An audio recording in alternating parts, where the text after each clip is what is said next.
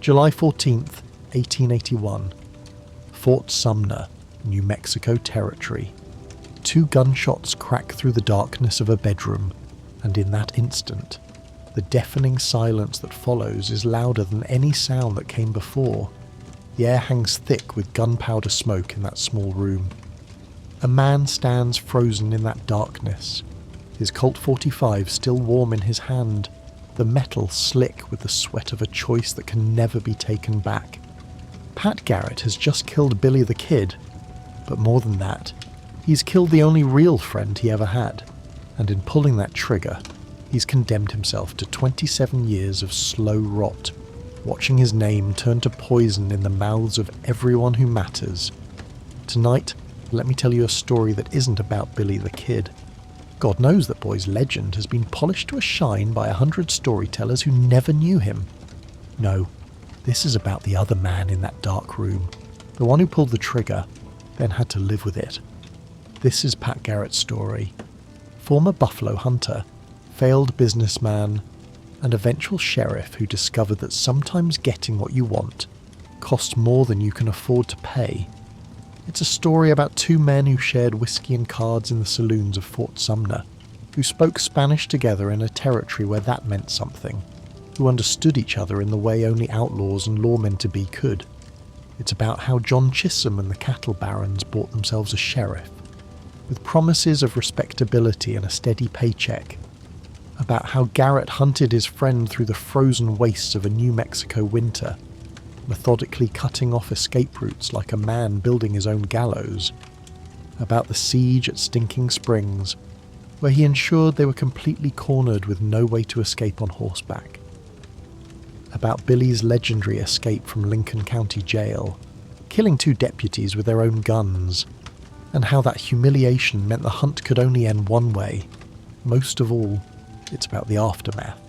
How the man who shot Billy the Kid tried to cash in on the killing with a book nobody bought. How he lost election after election, failed at business after business, until finally, 27 years later, he died the way he'd lived. Shot from behind over a dispute about goat pastures, of all things. You see, in the New Mexico Territory of 1881, loyalty and law couldn't occupy the same space. One always had to give way to the other, and a tin star wasn't a badge of honour. It was a bill of sale that marked you as bought and paid for. If you're drawn to history's darker corners, where the heroes aren't heroic and the villains aren't entirely villainous, consider subscribing. Drop a comment about where you're listening from. I'm curious who else prefers their Western tales served cold, without the Hollywood varnish. So settle into your cozier spot. Close your eyes if you like. Let the modern world fade away as we drift back to a time when the West was already dying, though few realised it yet. Back to Fort Sumner, where the ghosts of failed government experiments haunted the adobe walls, and where 2 men would share whiskey and cards, never knowing they were already writing each other's epitaphs. Fort Sumner wasn't born from hope. It was built on the bones of failure. If you walked its dusty streets in 1878, breathing in air thick with alkali dust and desperation, you could still feel the weight of its history pressing down like the merciless New Mexico sun. The place had been erected in 1862 as a monument to cruelty, a prison camp dressed up as a reservation, where the government tried to cage the Navajo and Apache peoples to break their spirits on land that couldn't even grow proper weeds. The experiment failed, as experiments in human misery tend to do. By 1868, the government abandoned it, selling the rotting buildings to Lucian Maxwell for the price of their timber. His son Pete turned it into what it was when our story begins, a way station for the lost, the lawless, and the lonely. A place where men came not to build futures, but to escape pasts. The adobe walls, yellowed and crumbling like old bones, still carried the sorrow of those imprisoned years. At night, when the wind came howling down from the Sangre de Cristo mountains, old-timers swore they could hear crying in the darkness. Most folks figured it was just the wind, some knew better. Into this graveyard of good intentions rode Patrick Floyd Jarvis Garrett in the summer of 1878. Picture him, 6 feet 4 inches of raw-boned contradiction, sitting his horse like someone born to it, though he'd actually grown up on an Alabama plantation before the war changed everything. His face had been carved by wind and disappointment into something older than his 28 years, eyes the colour of winter sky, a moustache that drooped like it was too tired to fight gravity anymore, and hands marked by his buffalo hunting days on the Texas plains. He'd come to Fort Sumner the way men came to all forgotten places, running from something or towards something, though often they couldn't tell you which. In Garrett's case, he was running from the smell of rotting buffalo carcasses on the southern plains, from the crash of the hide market that had left him with pockets full of nothing, and a reputation for being reliable in a fight, but unlucky in business. The Beaversmith Saloon squatted on Fort Sumner's main street, like a toad made of adobe and regret. The door hung crooked on leather hinges that creaked a warning to everyone who entered. Inside, the air was thick enough to cut, a mixture of tobacco smoke, tequila fumes as body odour, and that particular smell of men who've given up on tomorrow. Lanterns threw dancing shadows on walls stained with mysteries nobody wanted solved. It was there, over a poker table scarred by knife marks and cigarette burns, that Pat Garrett first met the boy who'd destroy them both, Billy, though he went by William H. Bonney in those days when he was feeling formal, sat with his back to the wall and his hands visible, dealing cards with the fluid grace of a priest handling sacraments. He couldn't have been more than 18, though his eyes were older. The way he smiled, you'd think he didn't have a care in the world. The way he watched the room, you knew different. The kid was everything Garrett wasn't. Compact where Pat was lanky, quick to laugh where Pat was slow to smile, magnetic in a way that drew people like moths to a flame that would surely burn them. His Spanish was better than most natives, flowing like honey from a tongue that could charm or curse with equal skill. When he laughed, and Lord, that boy could laugh. It was like watching sunlight break through storm clouds. They bonded over cards and conversation, finding in each other an unexpected kinship. Both spoke Spanish fluently in a territory where that mattered. Both understood the weight of running from yesterdays that wouldn't stay buried. Both knew that in Fort Sumner, friendship was a luxury you couldn't afford, but couldn't survive without. Garrett would later remember one particular night, when the cards had run cold and the tequila ran warm. Billy had just lost a hand, a big one, to a travelling merchant with fingers too quick and eyes too shrewd. For just a moment, the mask slipped. The laughing boy vanished, replaced by something that made the room go quiet, something cold and patient as a rattlesnake in shadow. The merchant's hand was halfway to the pot when Billy spoke, voice soft as silk over steel. "You sure you want to take that money, friend?" The temperature in that saloon dropped 10 degrees. Men found urgent business elsewhere. The merchant's Adam's apple bobbed like he was trying to swallow a stone. He looked into Billy's eyes and saw his own obituary written there in neat, careful script.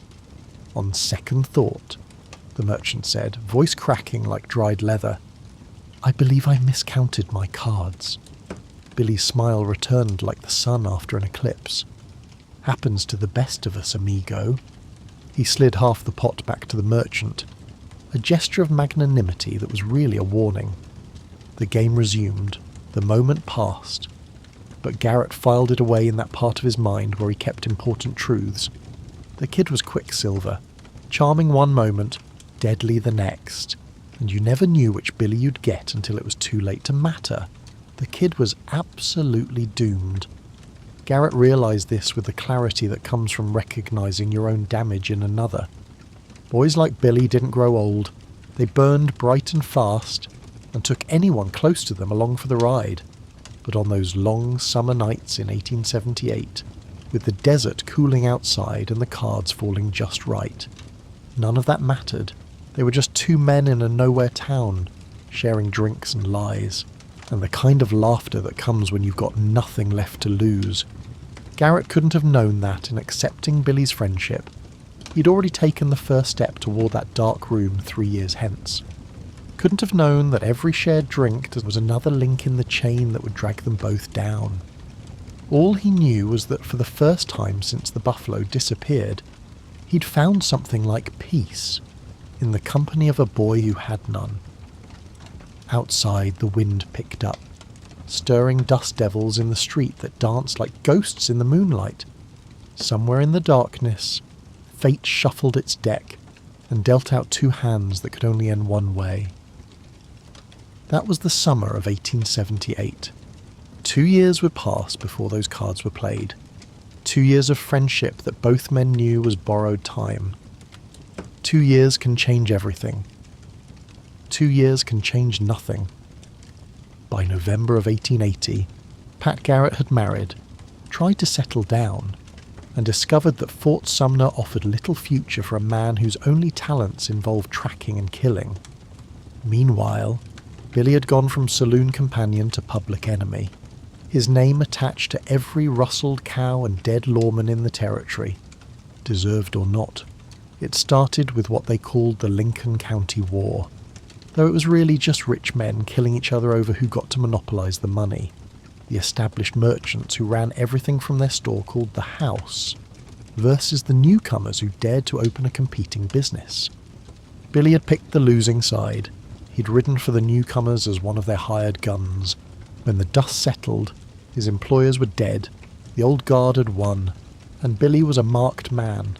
The war was officially over, but Billy kept fighting it, stealing cattle from the men who'd won, particularly from John Chisholm, the cattle baron who controlled more land than some European kingdoms. Chisholm was the kind of man who could buy anything: judges, elections, men's souls. And what he couldn't buy, he could usually kill. Picture him, a weathered face like old leather, eyes that calculated profit and loss with every blink, and hands that had never pulled a trigger, but had caused more death than any gunman's. His empire stretched along the Pecos River for over 100 miles, and every head of cattle that went missing was a personal insult to his dominion. The problem was Billy. During the war, the kid had ridden for Chisholm's allies, had killed for them, had been promised $500 in wages that Chisholm never paid. So Billy took his payment in beef. Chisholm beef specifically. It was more than theft. It was a direct challenge to the Baron's authority.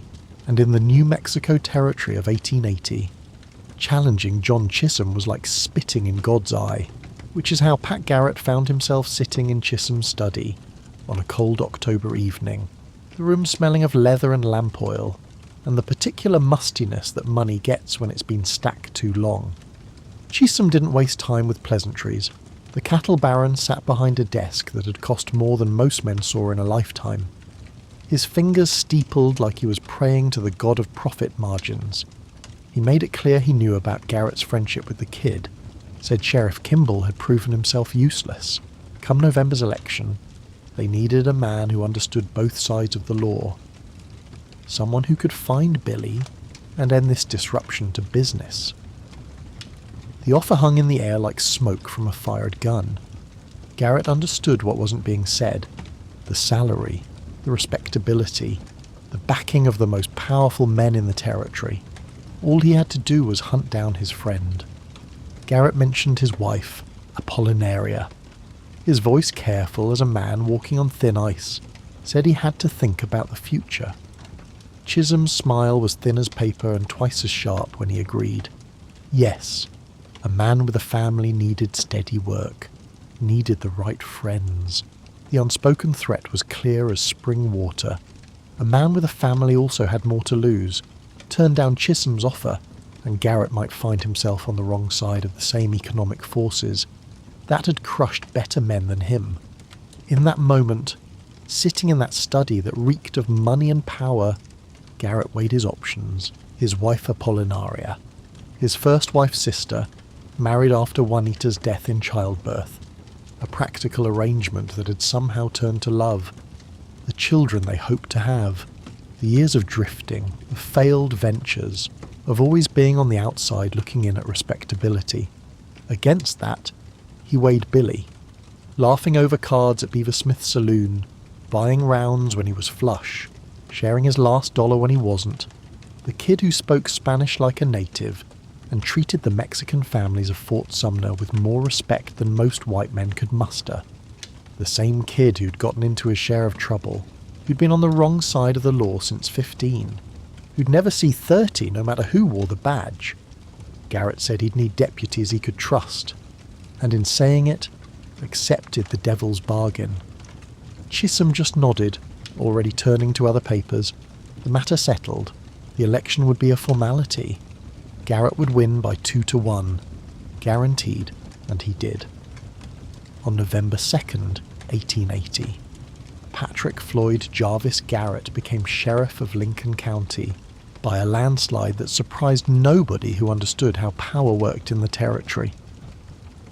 The tin star they pinned on his chest that day weighed maybe 2 ounces, but Garrett would carry it like an anchor for the rest of his days. The morning after the election, Garrett rode out to find Billy one last time, not as sheriff, but as whatever remained of a friend. He found him at a sheep camp near Fort Sumner, the kid sitting by a small fire, cleaning his pistol with the methodical care of a man who knows his life depends on it. Billy looked up at Garrett's approach, saw the star on his chest, and his smile turned sad as autumn rain. The kid said something about taking Chisholm's silver, voice flat as a stone skipping across still water. Garrett corrected him, said he'd taken a job, nothing more. Then came the offer, the last one he'd ever make. Mexico, a new start, leave the territory and don't look back. Billy's laugh carried no humour, just the sound of a door closing on a room you'd never enter again. The kid made it clear he wasn't running. Not from Chisholm, not from anybody. This was his country. These were his people, and he'd rather die here than live anywhere else. They both knew what that meant. Garrett would have to come for him, and when he did, Billy warned him through that sad smile. Don't hesitate, don't give him a chance, because the kid wouldn't give one either. They stood there, 2 men who'd shared drinks and jokes and the easy companionship of the lost, now separated by a gulf that no amount of words could bridge. The badge on Garrett's chest caught the morning sun, throwing light between them like a blade. Garrett heard himself offer an apology. Not for taking the job, he was done apologising for that, but for the ending that was now written in stone between them. Billy just shrugged, said something about how sorry was what the whole territory ran on, then turned back to his fire. The dismissal was clear as a funeral bell.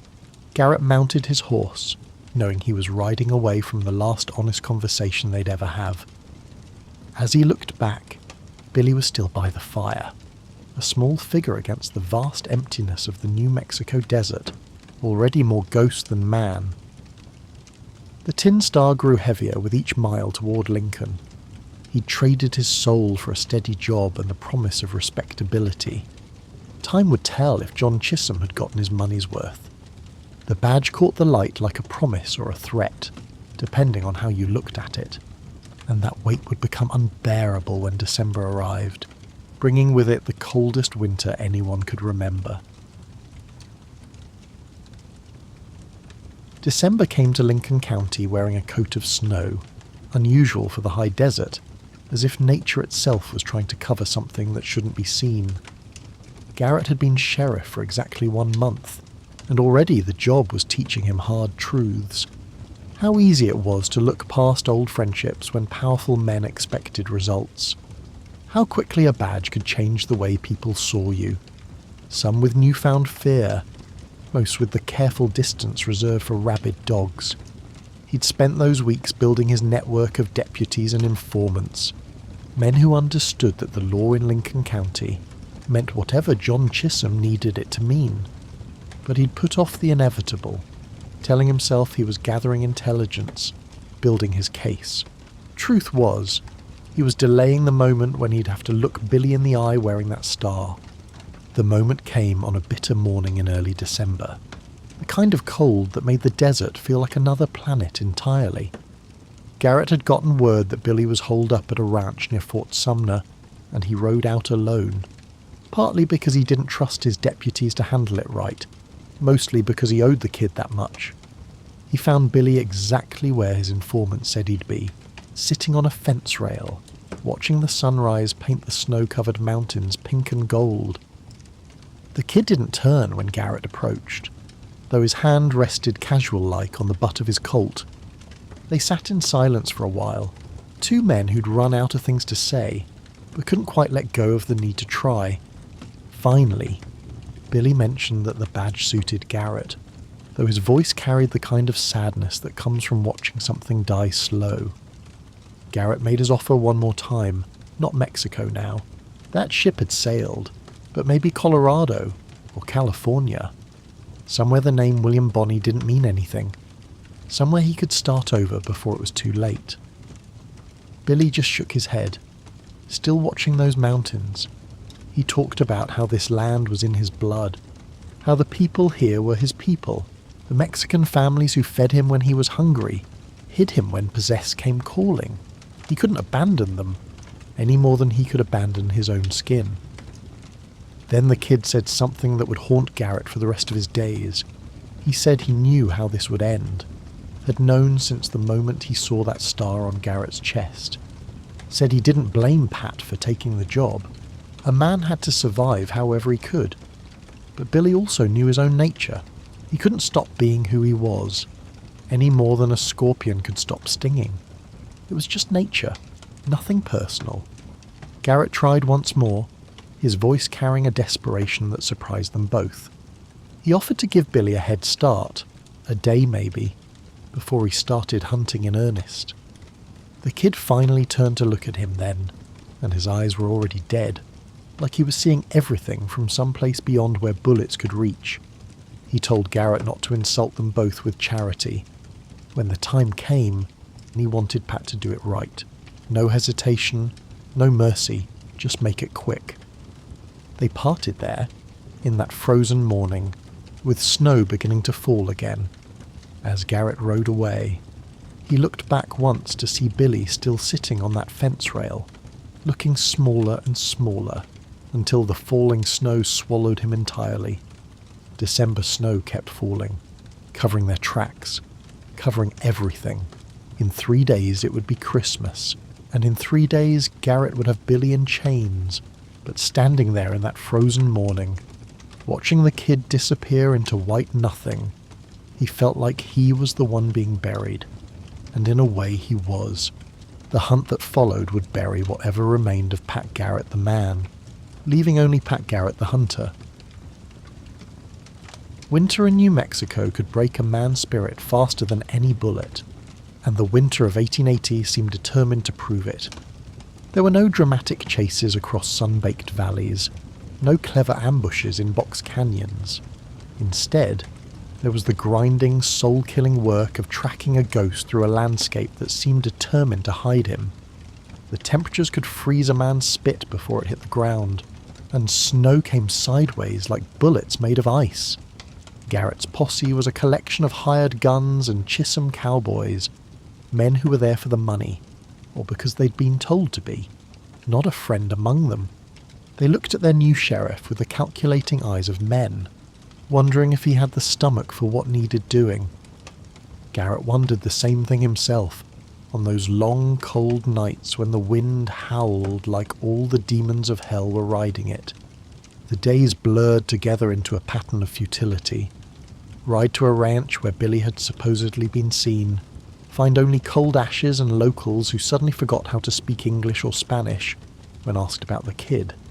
Follow tracks that led nowhere or everywhere, depending on how you looked at them.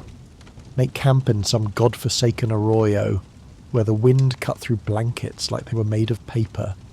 Wake up and do it all again. The worst part wasn't the cold or the failure. It was the knowledge that Billy was out there, probably watching them fumble around like blind men. The kid knew this country like a priest knows scripture. Every waterhole, every hidden canyon, every family that would offer shelter to a young man who spoke their language. and treated them with respect. Garrett started to understand something during those long December days. He wasn't really hunting Billy. He was hunting a legend that the people had already started building.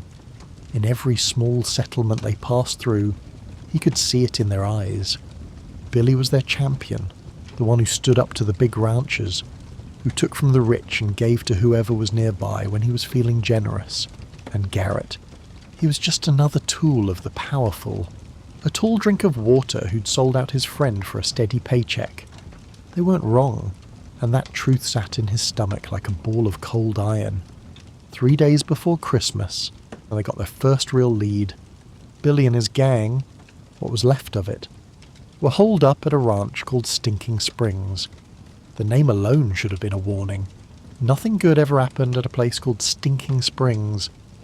Garrett sent most of his posse ahead to surround the place, while he followed with a smaller group. As they rode through the frozen darkness, he found himself hoping Billy would be gone when they got there. Just this once. Let the kid's luck hold. Let him vanish into the territory like smoke into wind. But even as he hoped it, Garrett knew better. Billy's luck had been running out since the day he was born. All Garrett was doing was collecting on a debt that had been accumulating interest for years. The stars that night were sharp as broken glass, and the moon threw shadows across the snow that looked black in the darkness. Stinking Springs waited like an open grave, patient as only death can be, and death would come with the dawn. They say the coldest hour is just before dawn. At Stinking Springs on December 23rd, 1880. That saying proved itself true in more ways than one. The stone house squatted in the middle of nothing. One room with a single door and no windows. Built by someone who understood that in this country, paranoia was just good planning. Garrett's posse had surrounded it in the pre-dawn darkness, taking positions behind whatever cover they could find. A woodpile here, a low-rise there, anywhere that might stop a bullet. Inside were Billy and what remained of his gang. Tomo Folliard, his most loyal rider, Charlie Boder, who'd chosen the wrong friends, Dave Rudabore, the train robber, and Tom Pickett, who'd followed Billy into hell. 5 men who'd chosen to die together rather than live apart, though they probably didn't think of it in those terms. The first mistake came with the sunrise. A figure emerged from the house to feed the horses, and in that uncertain light, wearing Billy's hat, it was easy to make assumptions. Garrett's men opened fire without warning. The figure spun and fell, red spreading across the snow like spilled wine. But it wasn't Billy. It was Charlie Boder, and he was still breathing, badly wounded. They could hear Billy's voice from inside, urging Charlie to fight back if he could. But Boder could barely stand.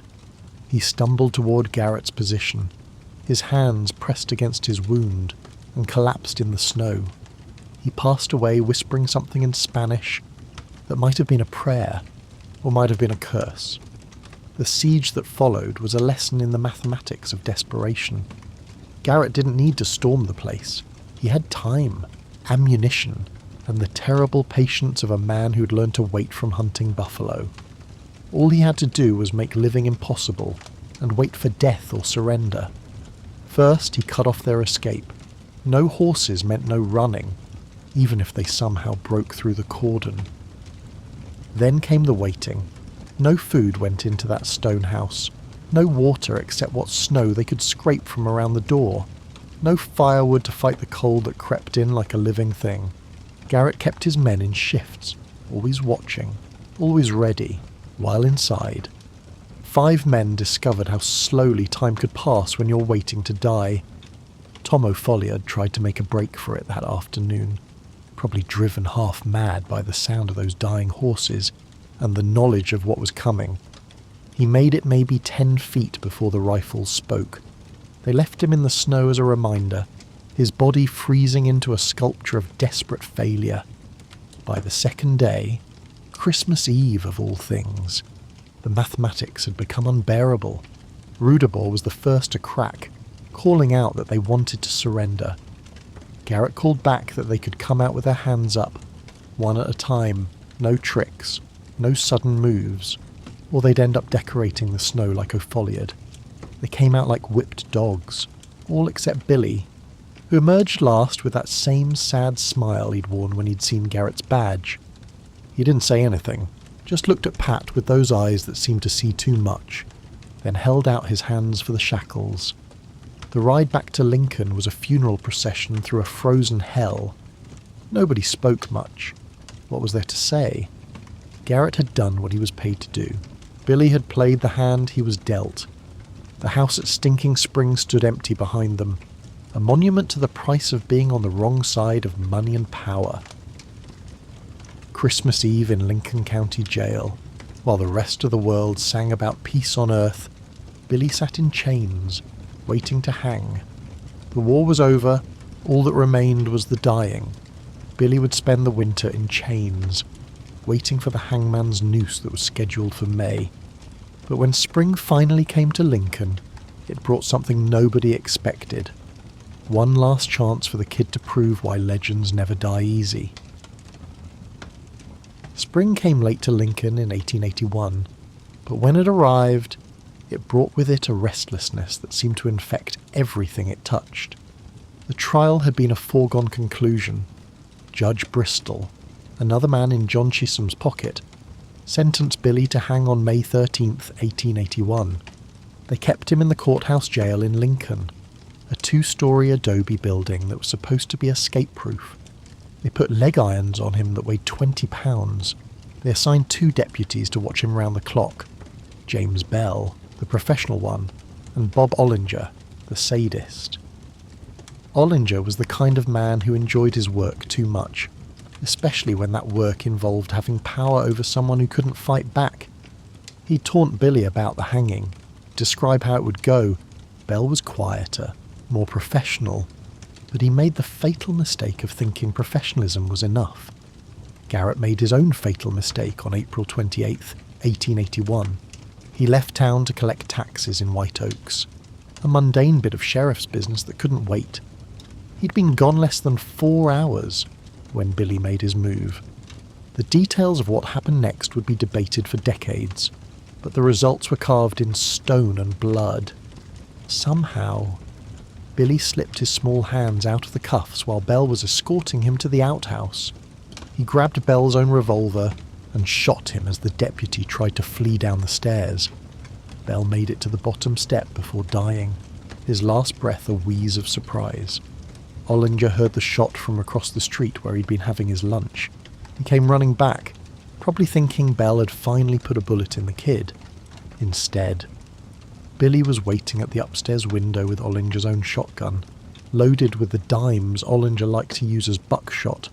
Said they spread better, tore bigger holes.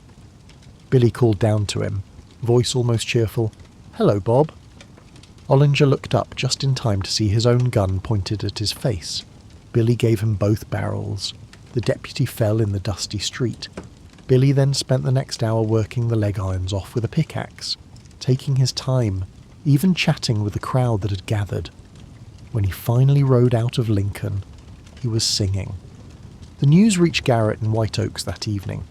They say he didn't speak for a full 5 minutes after hearing it, just stood there looking at something nobody else could see.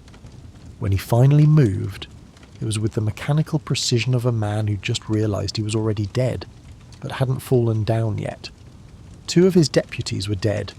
Billy was free. The humiliation was immediate, complete, and public. Everyone in the territory was laughing at Pat Garrett, the sheriff who couldn't hold water in a bucket, much less the most famous outlaw in the West.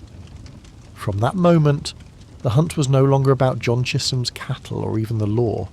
It was personal in the way only blood can make things personal. For 2.5 months after the escape, Garrett hunted Billy with the patience of a man who knew this could only end one way.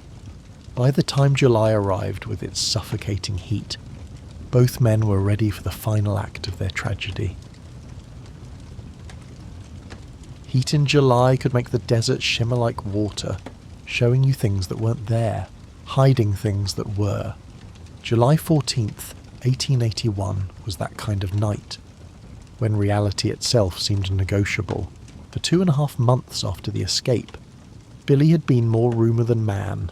Some said Mexico had him. Others swore on Colorado, but Garrett knew better. Billy would never leave Fort Sumner, not while there were still people there who'd shelter him. Still girls who'd dance with him. Still a life he could pretend was normal if he didn't look too close. The tip came from an informant whose motives were as murky as river water. Maybe he wanted the reward. Maybe he wanted Billy gone. Maybe both. The kid was staying with his girl at Pete Maxwell's place in Fort Sumner. Pete Maxwell, son of the land baron who'd bought the fort's ruins, whose house sat where the officers' quarters used to be. Garrett took only 2 deputies, John Poe and Tip McKinney. This wasn't going to be another Stinking Springs. No siege, no spectacle, just a quiet ending to a loud life. They rode into Fort Sumner on the night of July 14th, arriving near midnight when the moon was new and the darkness was thick as molasses. The town was quiet except for a bale, a dance, happening somewhere nearby. They could hear guitars and laughter floating on the still air, the sound of people living their lives, while death crept through their streets. Garrett left his deputies outside and entered Pete Maxwell's house alone. He knew the layout, had been there before in better times. Maxwell's bedroom was at the corner of the building, and Garrett slipped inside, finding Pete already in bed. He sat on the edge of the mattress and asked in a whisper if Billy was around. From the far side of town, a guitar string bent in laughter, a woman's voice rising in song, sounds from another world, one where people still believed tomorrow would come. Before Maxwell could answer, they heard footsteps on the porch outside. Bare feet on wood, moving with the casual confidence of someone who belonged there. The footsteps came closer, and then a figure appeared in the doorway, silhouetted against the marginally lighter darkness outside. Billy had come for meat. He'd been at the dance, got hungry, and walked over to Maxwell's to cut some beef from a carcass hanging on the porch. He was barefoot, carrying a butcher knife in one hand, not even wearing his gun. Why would he? He was among friends. He saw the shadows of Garrett's 2 deputies outside and called out in Spanish, asking who they were. Then he backed into Maxwell's room, still asking, "Quién es? ¿Quién es? Who is it? Who is it?" in that darkness, in that moment frozen between heartbeats. Billy's eyes found Garrett sitting on Maxwell's bed. Did he recognize him? Did he know in that split second how the story ended? We'll never know because Garrett didn't hesitate. Couldn't hesitate. He drew and fired twice, the muzzle flashes lighting up the room like lightning, showing Billy's face for just an instant. Surprised, young, already dead. The first bullet took him just above the heart. He was dead before the second one hit. The butcher knife clattered on the floor, and Billy collapsed like a puppet with its strings cut. No last words, no dramatic farewell, just the sound of a body hitting wood, and then silence so complete it seemed to swallow the world. Garrett sat there in the darkness for a moment that stretched like taffy. Then he stood, walked past Billy's body without looking down, and went outside to tell his deputies it was done. They didn't believe him at first. It couldn't be that simple, that quiet, that final. But it was. The people of Fort Sumner wept when they found out. The Mexican women who'd loved Billy like a son washed his body and dressed him in borrowed clothes. They held a wake that went on all night, candles flickering like stars fallen to earth, while Pat Garrett sat in a room nearby, cleaning his gun and trying not to hear the crying. They buried Billy the next day in the Fort Sumner cemetery, between his friends Tomo Folliard and Charlie Beaudry. The grave was unmarked at first. No money for a stone, but everyone knew where it was.